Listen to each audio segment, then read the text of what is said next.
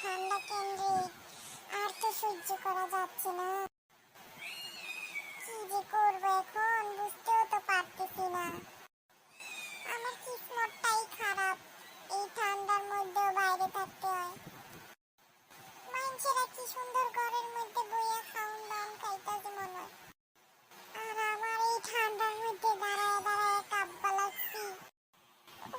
আইটু আইটু দিহি কিছু আছে কিনা, কিছুই তো বুঝতে পারতেছি না। ওটা কে আসছে ওটা? আরে চাচা আপনি কে? আর বইলো না বাবা, আমার ছেলে মেয়ে আমারে লাত্তি দিয়া ঘরটা বাইর করে দিছে। কেন, কি হয়েছে আপনার?